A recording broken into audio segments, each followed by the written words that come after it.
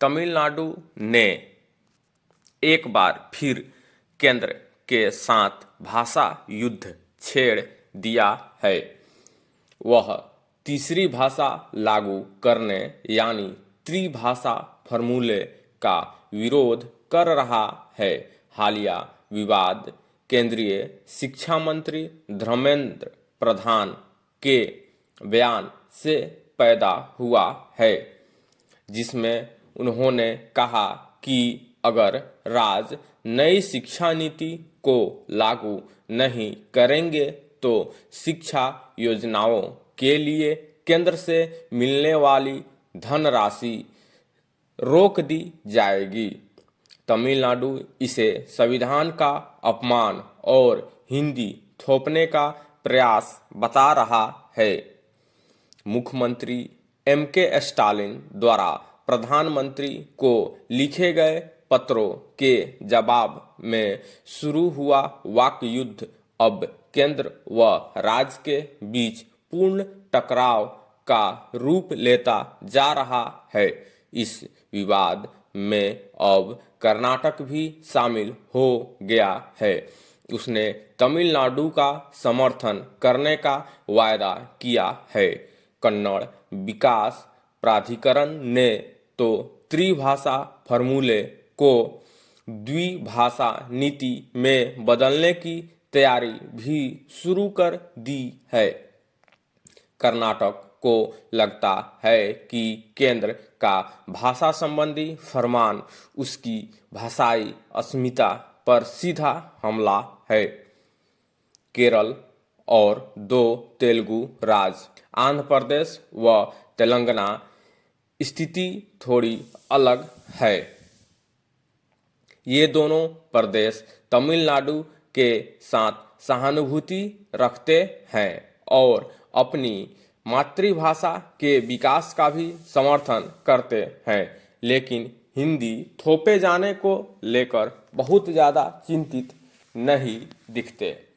उनको भरोसा है कि उनकी संस्कृति की रक्षा होगी और मानते हैं कि अपनी अस्मिता पर होने वाले किसी भी तरह के हमले से वे बच सकते हैं।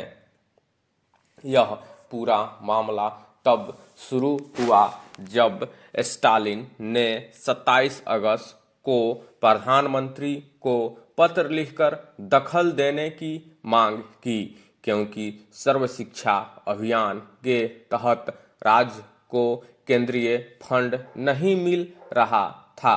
उन्होंने लिखा, शिक्षा को अनसुलझे नीतिगत मतभेदों का बंधक नहीं बनाया जाना चाहिए। मगर वह मुद्दा तब तक गर्म हो गया जब केंद्रीय शिक्षा मंत्री ने संकेत दिया कि फंड जारी करना नई शिक्षा नीति के क्रियान्वयन से जुड़ा मसला है। उन्होंने मुख्यमंत्री को पत्र लिखकर संकीर्ण नजरिया छोड़ने की सलाह दी। वाक युद्ध जैसे ही तेज हुआ, स्टालिन ने एक्स पर लिखा कि किस तरह हिंदी सीखने को लेकर लोगों में बहुत सीमित आकर्षण है। उधर केंद्र ने स्पष्ट किया कि हिंदी थोपने का उसका कोई इरादा नहीं है, तो तमिलनाडु ने भी साफ कर दिया कि वह हिंदी सीखने का नहीं बल्कि इसे थोपे जाने का विरोध कर रहा है। जाहिर है दोनों पक्ष एक दूसरे के उलट बोल रहे हैं। वास्तव में नई शिक्षा नीति हर जगह हिंदी पढ़ाने पर जोर नहीं देती, बल्कि त्रिभाषा फॉर्मूले पर जोर देती है। इसमें कहा गया है कि 3 भाषाओं में से कम 2 भारत की मूल भाषा होनी चाहिए। तमिलनाडु 2 भाषा फॉर्मूले का पालन कर रहा है और इसे ही जारी रखना चाहता है। वह 1930 में हिंदी थोपे जाने का विरोध कर रहा है।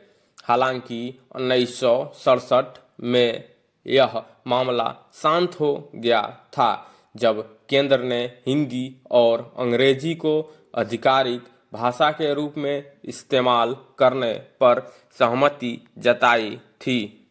स्टॉप।